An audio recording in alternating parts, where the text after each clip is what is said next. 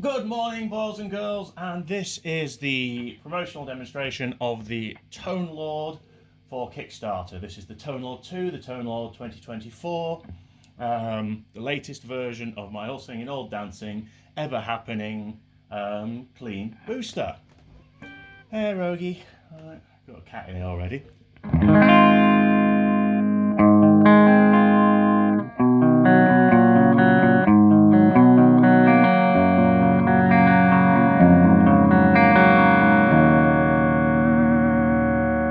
So that's my clean Selmer amp. There are no effects on this because I want to keep it pure, so bear in mind you may have reverb, you may have other things after this. We're just going to focus on the clean boost, and that's your benchmark tone. So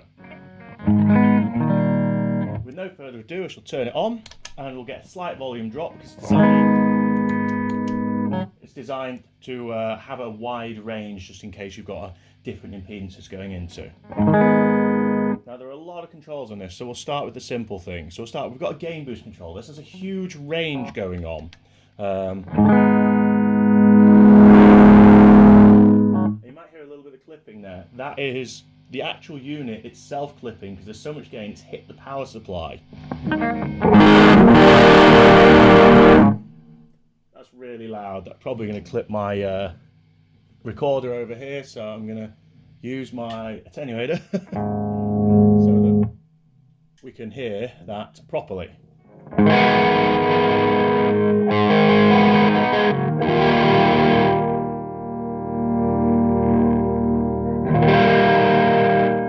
And that gain is literally the unit self-clipping, so you don't have to do that.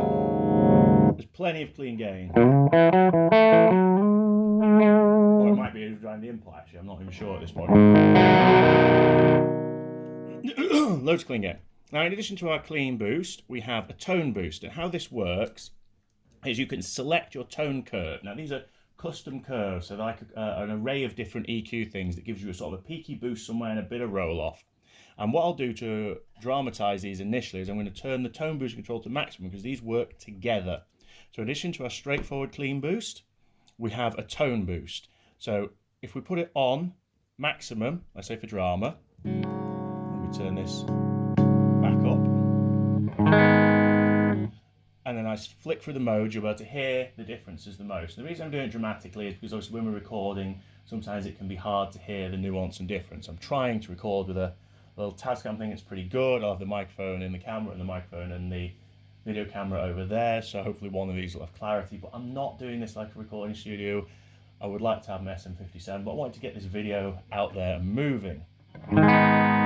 So here we go. We have a 60s mode, which is the B is sort of a bass one, a 70s treble-y one, an 80s treble plus, which is even brighter, a 90s mid-range, and new for this version is the B plus mode, which is just fat, because I thought that'd be fun. The other modes cover all the bases I thought were essential, so let's have a fun one. So without further ado,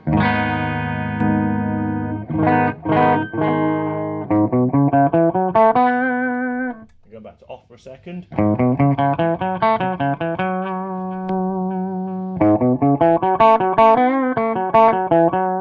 '70s.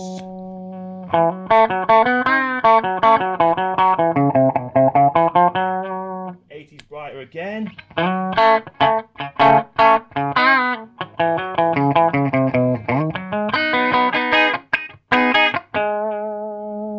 mid-rangey '90s.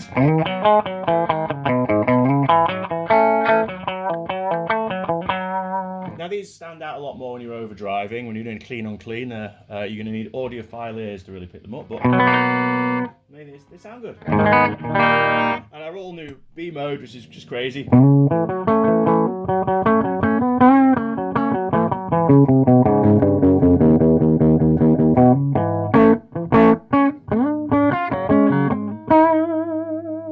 And each of these modes can be dialed up or down with the boost. So if we take it all the way back, we've got...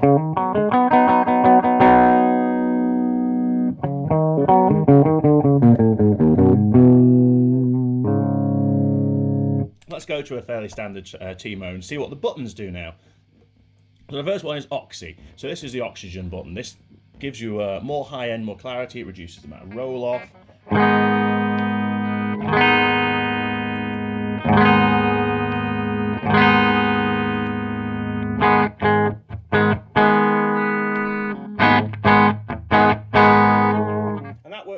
of these modes, it actually changes each of the modes slightly, so it changes the amount of rolls. So with the very bright modes, it's quite supple, and with the bassier modes, it's going to make more of an impact.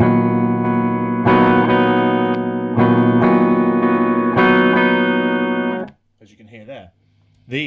Let me get these buttons the right way around, remember which one is which now. The warp button, actually, I think I'm going to change the name of that. This one increases the gain boost. It makes it brighter, like the bright channel on amplifier. Again, I'm actually going to bring the attenuator in for this. Oops, too much gain.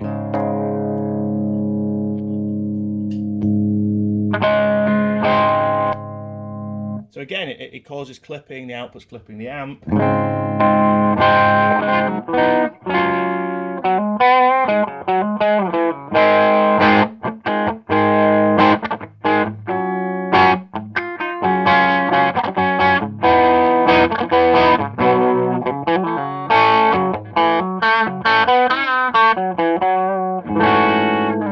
And again, we can go crazy with that.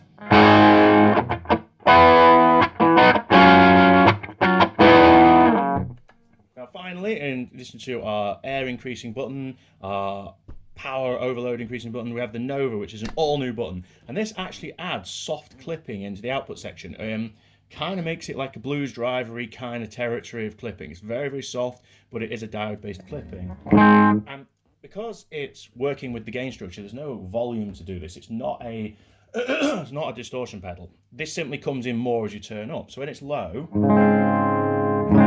nothing's happening. You're not going to hear any difference here. So nothing's happening. So the overload happens naturally, like a saturation. I want it to be like tube saturation studio style. As we dial it up. Hear that? I'll do that again.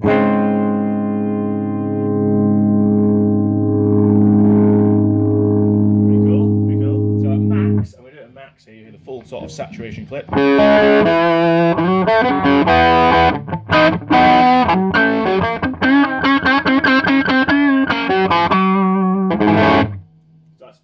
Just an overdrive at that point, because I've got high gain pickups here. I'm using a very high gain Gibson humbucker at the moment. I've also got a Duncan distortion, so these are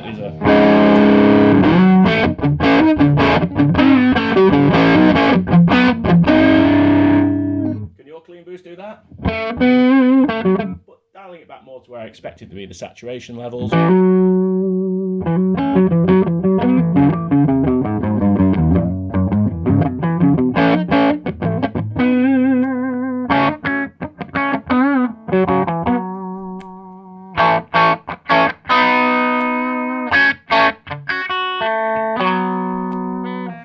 Cool thing happens if we use warp and Nova at the same time, because the warp, as we said, increases the gain structure, makes it brighter, and if we use that with our soft sat, we're going to get crazy clipping. And again, same thing, at lower levels not a lot's going to happen, but the saturation is going to bring in as we turn it up and become really full on sort of clipping.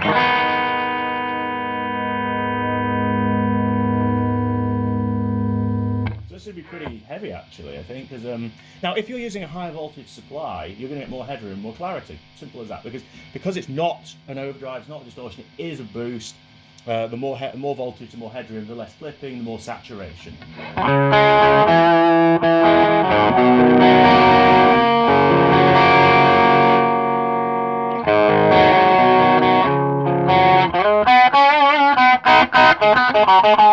And in case we're losing track of how much gain's going on here, because obviously you guys are listening at home and it's going to compress and the level's going to...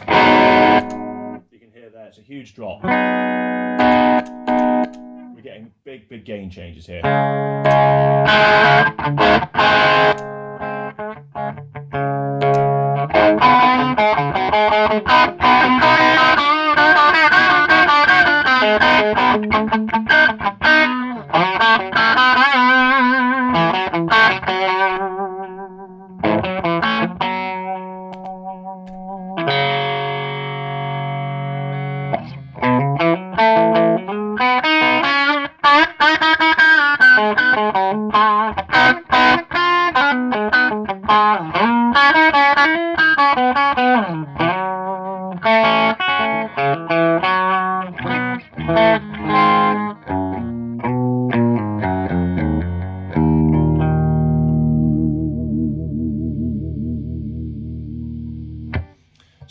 that's the that's the whole overview of it. Again, briefly, selectable tone modes, which give you a custom curve, a tone boost, which lets you dial in how much of that tone you want, and it's always boosting.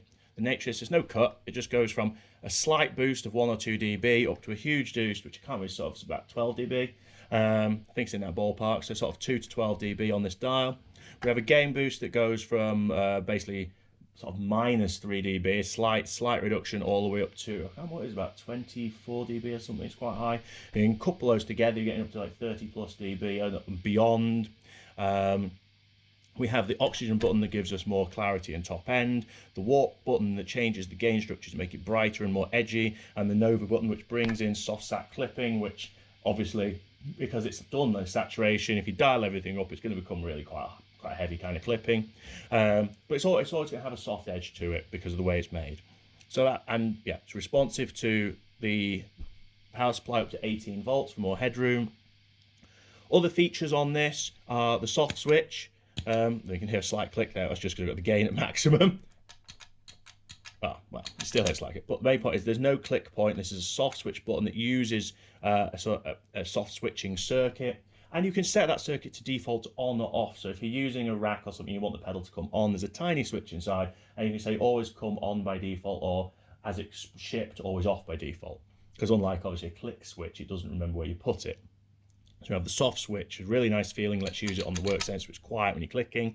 We have the high voltage supply. We're also going to have, which is not in this prototype, but it is in the circuit board, the MDK port, which is over here on the, let me ruin my beautiful layout. This MDK port, because this unit will be done in the style of these two here.